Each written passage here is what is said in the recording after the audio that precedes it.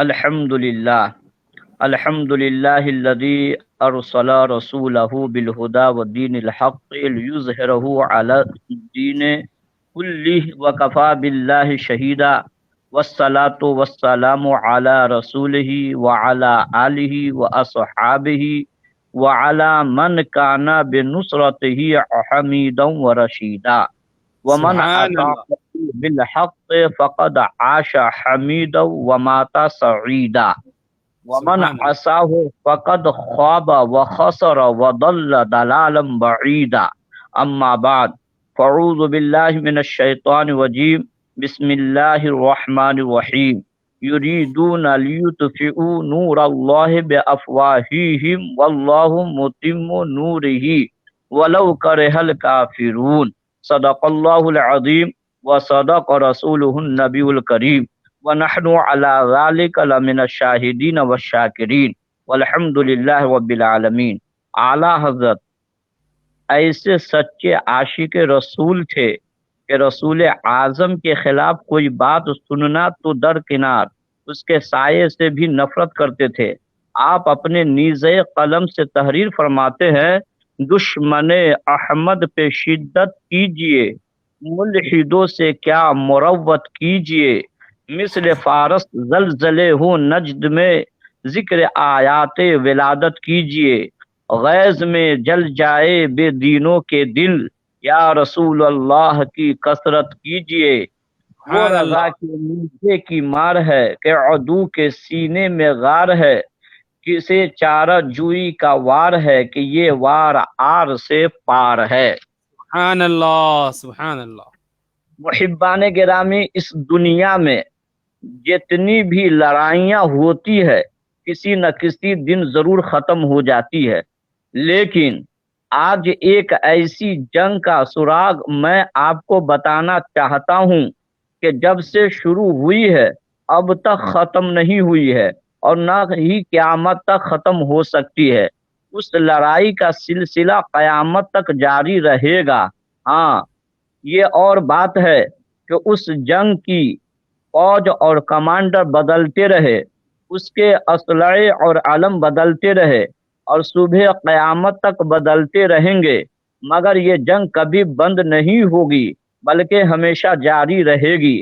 حضرات گرامی، آپ کے حاشیے ذہن میں یہ سوال بار بار انگرائی لے رہا ہوگا کہ آخر وہ کون سی جنگ ہے، وہ کون سی لڑائی ہے کہ جب سے شروع ہوئی ہے ابھی تک ختم نہیں ہوئی ہے اور صبح قیامت تک ختم بھی نہیں ہو سکتی؟ تو سوال مذکورہ کا جواب یہ ہے کہ یہ جنگ حق و باطل کی جنگ ہے، کفر و ایمان کی جنگ ہے، نور و ظلمت کی جنگ ہے، صحیح اور غلط کی جنگ ہے، سچ اور جھوٹ کی جنگ ہے، جنتی اور جہنمی کی جنگ ہے۔ یہ لڑائی سلسلہ بسلسلہ منتقل ہوتی رہی، یہاں تک کہ کفر و ایمان کی یہ لڑائی بابل کے سرزمین پر شروع ہوتی ہے۔ تو اس وقت کی بات ہے جب نمرود مردود جھوٹی خدائی کا دعویٰ کرتا ہے اور انا ربکم الاعلی کا اعلان کر دیتا ہے۔ ساری قوم معبود حقیقی کو بجائے نمرود کے سامنے جھکنے لگتی ہے۔ تب ایسے موقع پر حضرت ابراہیم خلیل اللہ علیہ السلام حقانی اور نورانی پرچم لے کر کھڑے ہوتے ہیں، اس کی مصنوعی کبریائی کی دھجیاں اڑا دیتے ہیں۔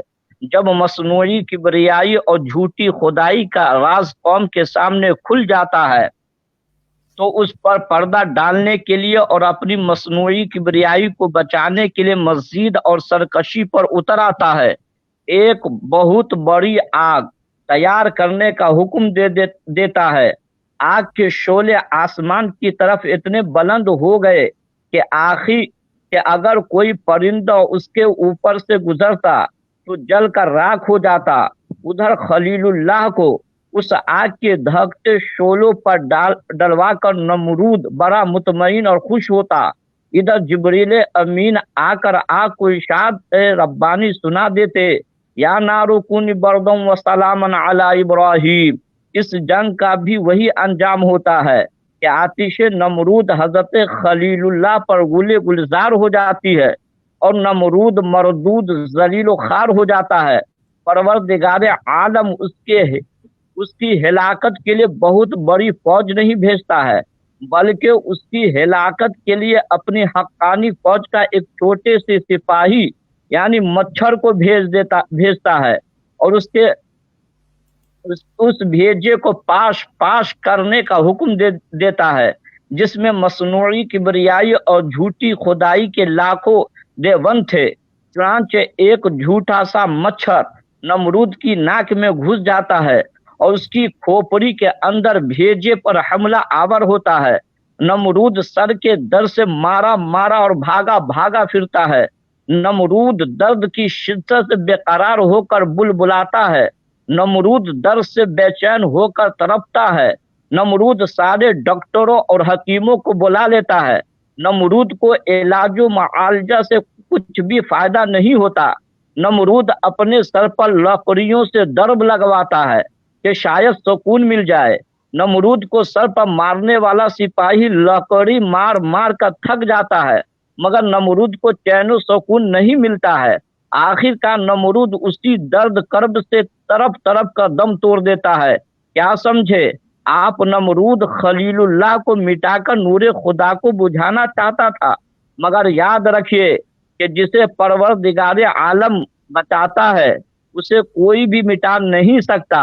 قرآن مجید نے ارشاد فرما دیا، یریدون لیطفئوا نور اللہ بافواہہم واللہ متم نورہ ولو کرہ الکافرون، یعنی کافر تو یہی چاہتے ہیں کہ حق کو باطل کی جنگ میں پھونک مار کر یہ لوگ خدا کا نور بجھا دے، مگر اللہ رب العزت اپنے نور کو مکمل فرمائے گا۔ اگرچہ کافر اپنے حسد و عناد کی آگ میں جلتے رہے، بہرحال ہر دور میں حق کا بول بالا ہوا ہے اور ہوتا رہے گا۔ نور خدا ہے کفر کی حرکت پہ خندہ زن، پھونکوں سے یہ چراغ بجھایا نہ جائے گا۔ خدا کا نور بجھا ہے نہ بجھ سکے گا کبھی، بجھانے والوں کے دل بجھ گئے بجھا نہ سکے۔ وآخر دعوانا الحمدللہ رب العالمین۔ جی فرمایا جائے کون سا